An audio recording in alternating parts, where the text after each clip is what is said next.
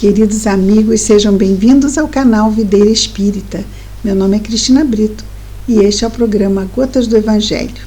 Diariamente aqui vemos as mensagens do Espírito Emmanuel, recebidas pela mediunidade de Chico Xavier e reunidas no livro Caminho, Verdade e Vida, publicado pela Federação Espírita Brasileira. Vamos hoje ver juntos a mensagem de número 162, que tem o título de Esperemos. Não é o nosso forte atualmente, ninguém gosta de esperar, não é? Gostamos de ter as coisas rápidas, prontas, mas a natureza não dá saltos, e principalmente a natureza humana. Nós precisamos seguir um processo, como o próprio crescimento espiritual. É um processo. Aqueles que já conseguiram, às vezes olham e falam assim, mas é tão fácil, depois que se consegue, depois que está pronto, fica fácil. Mas até construir e até ficar pronto, demora, não é? Vemos os filhos crescidos e podemos dizer para aquela pessoa que está com o bebê e diz assim, passa rápido. Mas enquanto ela está ali, passando as noites em claro, parece que vai demorar muito, muito tempo. Então, essa questão da relatividade da percepção do tempo, não é? E nós aprendermos a esperar, sabermos aproveitar o tempo de construção,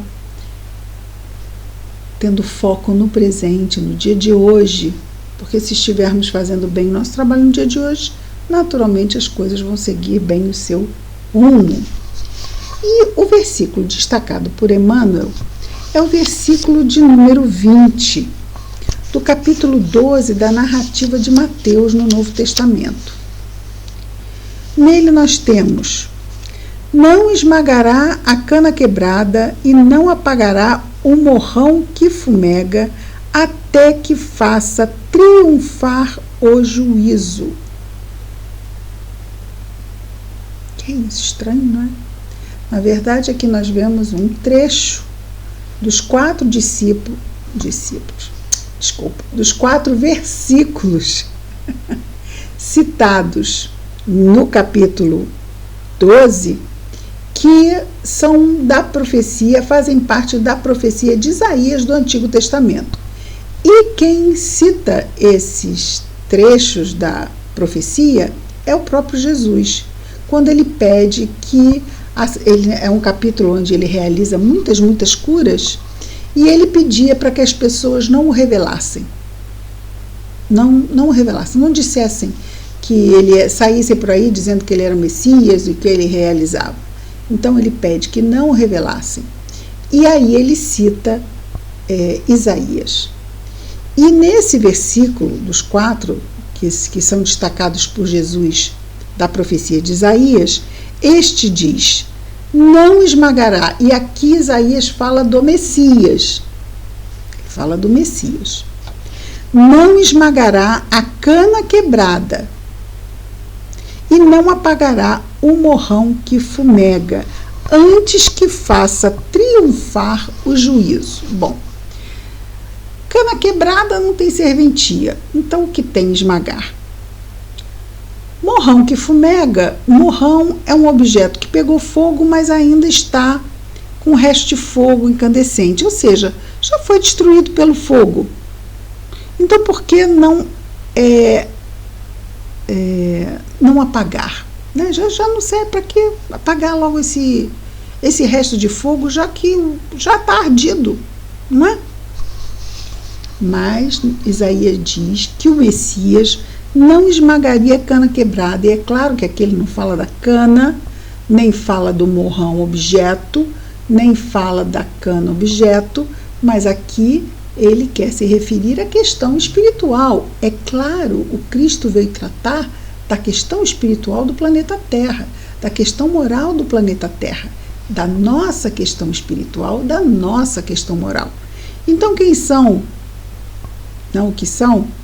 Mas quem são essas canas quebradas e quem são os morrões que ainda fumegam? Senão aqueles que estão em erro, aqueles que estão caídos moralmente. E ele diz, Isaías, que o Messias não esmagará a cana quebrada e não apagará o morrão que fumega. Ou seja, ele não vai dar a situação por acabada até que faça triunfar o juízo. Ora, ora, ora. Quando é o juízo? Quando esse momento vai chegar? O juízo é exatamente o final do mundo de provas e expiações, onde se dará a avaliação dos espíritos da terra, certo? Aqueles que puderem ficar, ficarão já para o mundo de regeneração. A terra transformada num mundo de regeneração. E aí sim, essas canas quebradas e esses morrões fumegantes irão ser transferidos para outro orbe, se não tiverem se corrigido o suficiente para permanecerem na terra. Então isso, há 2000 anos atrás, Jesus veio nos trazer a palavra da salvação e não a palavra da condenação. A condenação viria na hora do juízo, e esta condenação não seria feita por Jesus, mas sim seria e será feita pelas próprias consciências que não trabalharam o suficiente a sua melhoria moral e que por causa disso terão vibração insuficiente, campos vibratórios insuficientes para permanecerem na Terra, que vai mudar, não é, o campo de vibratório, e só vai ser favorecida então a permanência daqueles que tiverem uma vibração suficientemente boa, vamos dizer assim, para permanecer aqui. Então, 2000 anos atrás, só lá no juízo. E agora? Continua a mesma coisa, porque o juízo continua lá na frente. Claro, 2000 anos menos do que ao tempo de Jesus. Mas nós sabemos. Mesmo Jesus diz que só o Pai sabe o dia e a hora. Nós não sabemos. Muitos especulam, ano tal, ano X, ano Y, ano Z. Mas só quem sabe é Deus. Só quem sabe é Deus. E o nosso Emmanuel, então, vai comentar esse versículo da seguinte forma. Lembrando que o título é Esperemos. Então, o que nos diz Emmanuel? Evita as sentenças definitivas em face dos quadros formados pelo mal. E aí a gente já pode se reportar ao versículo. Esses quadros formados pelo mal são as canas quebradas e os morrões fumegantes da imagem criada por Isaías. Da lama do pântano, diz Emmanuel, o Supremo Senhor aproveita a fertilidade. Então, Emmanuel vai também fazer as suas comparações. Da pedra áspera, vale-se da solidez. Ou seja, o que muitos poderiam dizer, isto não presta para nada. Sim, existe serventia, sim. E ele destaca que Deus mostra na natureza que o que alguns consideram inútil, Deus vê utilidade nessas coisas. Da areia seca, retira Deus utilidades valiosas. Da substância amarga, extrai remédio salutar. É claro que aqui é inspirando os homens a aproveitar os recursos das coisas da natureza, não é? Dos elementos da natureza. E aí ele vai entrar então no campo humano, da humanidade. O criminoso de hoje pode ser prestimoso companheiro amanhã. Isso é verdade? Onde estávamos nós há 1000 anos atrás? Éramos pessoas de bem? Hoje gostamos de pensar? Sim, somos pessoas de bem. Graças a Deus. Mas e no passado? Então, se no passado não éramos pessoas de bem, e hoje o somos, aqueles que não são hoje pessoas de bem, poderão ser amanhã. É claro, não é? Porque o progresso é uma lei, ou seja, evoluir é compulsório. Só não está marcado o ritmo dessa evolução, porque aí sim fica por conta do livre-arbítrio. Mas é para frente e para o alto que se anda, não é? Cada um na sua velocidade, cada um no seu ritmo, cada um dentro das suas possibilidades e dos seus limites. E nosso Emmanuel continua a dizer assim: o malfeitor, ele continua falando aqui do ser humano comprometido moralmente, não é?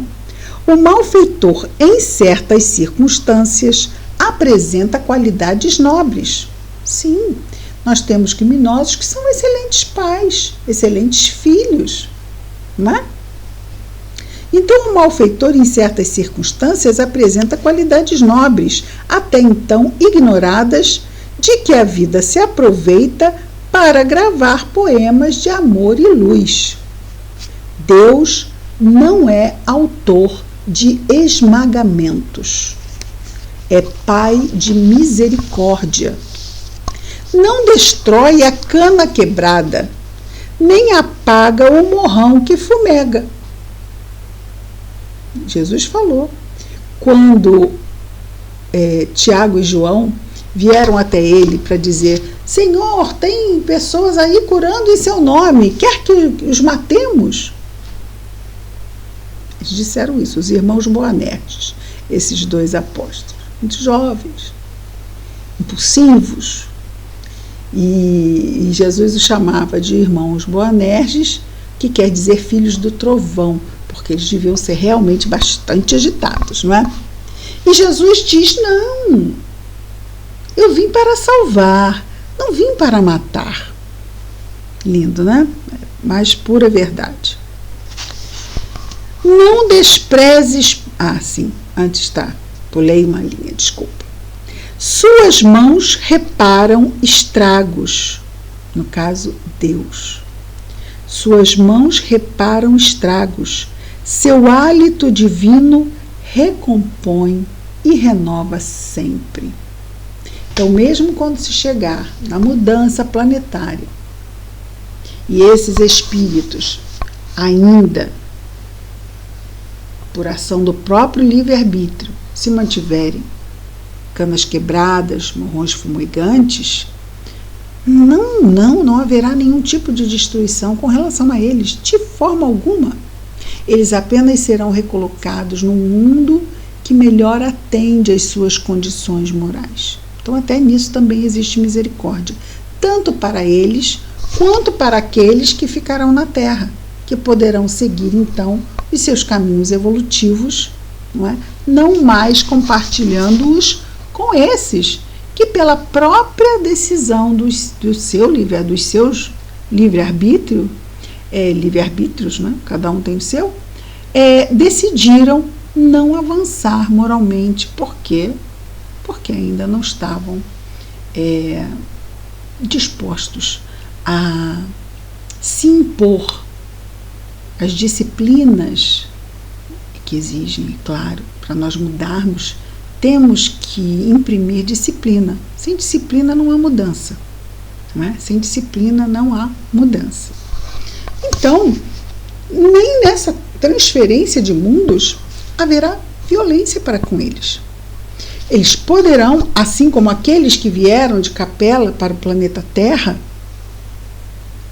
e lá continuou Capela na sua evolução, e aqueles reticentes ainda em não usar bem o livre-arbítrio, que chegaram à Terra, vieram, vamos dizer assim, dar continuidade aos seus processos evolutivos.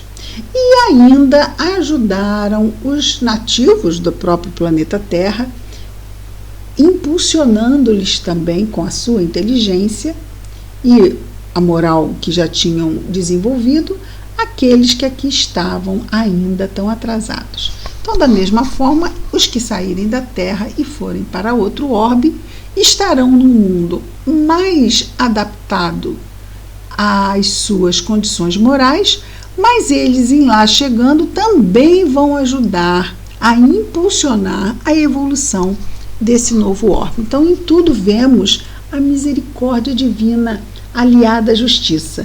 Não há uma sem a outra no que se refere a Deus. Nosso Emmanuel diz assim: não desprezes, pois, as luzes vacilantes e as virtudes imprecisas. Onde vemos virtudes vacilantes, luzes vacilantes e virtudes imprecisas. Todos temos. Mas às vezes temos aqueles que estão mais próximos de nós, que isso pode, não é? Num grau maior de luz vacilante e de virtude imprecisa, nos deixar impacientes, né? E não querermos entender que eles precisam de mais tempo, não é? Então não desprezes, pois, as luzes vacilantes e as virtudes imprecisas. Não abandones a terra pantanosa, nem desampares o arvoredo sufocado pela erva daninha. E de novo aqui, Emmanuel está falando de quem? De erva daninha? De arvoredo sufocado? Não, ele está falando de corações. Não abandones a terra pantanosa, ou seja, aqueles corações que ainda estão muito atrasados. Muito atrasados é algo muito subjetivo. Defina o que é muito atrasado. Que não estão reticentes ali em não se melhorar moralmente e errando e comprometendo os seus caminhos e o caminho da comunidade, não é? Mas ele diz para que também não desamparemos o arvoredo sufocado pela erva daninha. A gente precisa de tempo, porque a erva daninha, quem bota lá somos nós mesmos, não é? Nós somos os produtores da própria erva daninha que nos sufoca. Mas temos que perceber isso e começarmos o trabalho de limpeza. E, de novo, o que precisamos para isso? Disciplina, disciplina, disciplina. Depois de percebermos e depois de decidirmos, sim, eu quero tirar essa erva daninha e me deixar expandir espiritualmente, moralmente, aí sim eu vou me submeter a esse controle das más paixões, dos maus ímpetos morais que eu tenho, né? Das minhas más paixões, como está lá na definição do verdadeiro espírita, pelos esforços que faz em conter as suas más tendências, as suas más inclinações morais. Então o nosso Emmanuel conclui dizendo: trabalha pelo bem e ajuda incessantemente. Se Deus, Senhor absoluto da eternidade, espera com paciência, por que motivo nós outros, servos imperfeitos do trabalho relativo, não poderemos esperar? Por quem, não é? Por quem Deus espera? Por nós. Nós podemos achar que estamos andando muito rápido. Será que estamos mesmo? Quanto tempo a gente levou para chegar no ponto que estamos? Será que é tanta velocidade? Porque nós não temos ideia, nós estamos encarnados, nós não sabemos como tem sido o nosso ritmo. Mas uma coisa é certa, essa encarnação é valiosíssima. Podemos fazer ganhos, eu costumo brincar, não é? Usar o termo quântico, ganhos enormes, porque temos recursos que não tivemos em nenhuma outra encarnação nesse planeta. Então nós temos tudo na mão para darmos uma boa adiantada no nosso trabalho aqui. Temos. E queira Deus que nós nos esforcemos nesse sentido, não é? Porque os bons espíritos tudo fazem nesse sentido de podermos realmente despertar e caminharmos favoravelmente ao nosso próprio crescimento, ou seja, que nós nos tornemos beneficiários de nós mesmos. É isso que os bons espíritos querem, e coordenando todo esse trabalho gigantesco do planeta, Jesus, nosso mestre amado. E falando do nosso querido Jesus, vamos orar.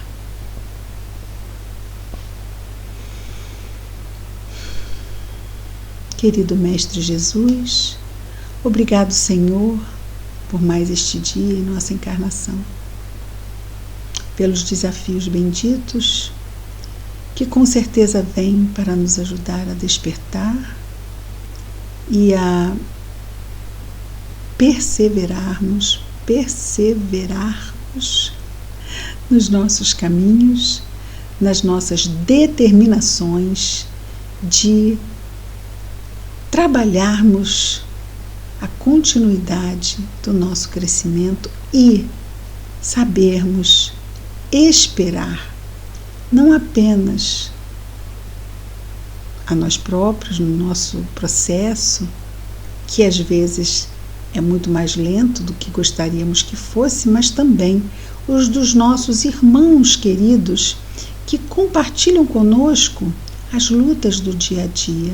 Ajuda-nos a termos compreensão e a sabermos desenvolver a paciência, sabermos esperar, Senhor. Agradecemos por todas as bênçãos. Rogamos-te, Jesus, que abençoe nossos lares e famílias, nossos afetos nos dois planos da vida, mas igualmente, Senhor, a todos os nossos irmãos de humanidade, todas as famílias, todos os lares. Que a tua paz esteja em nós, Jesus, e entre nós hoje e sempre. Graças a Deus.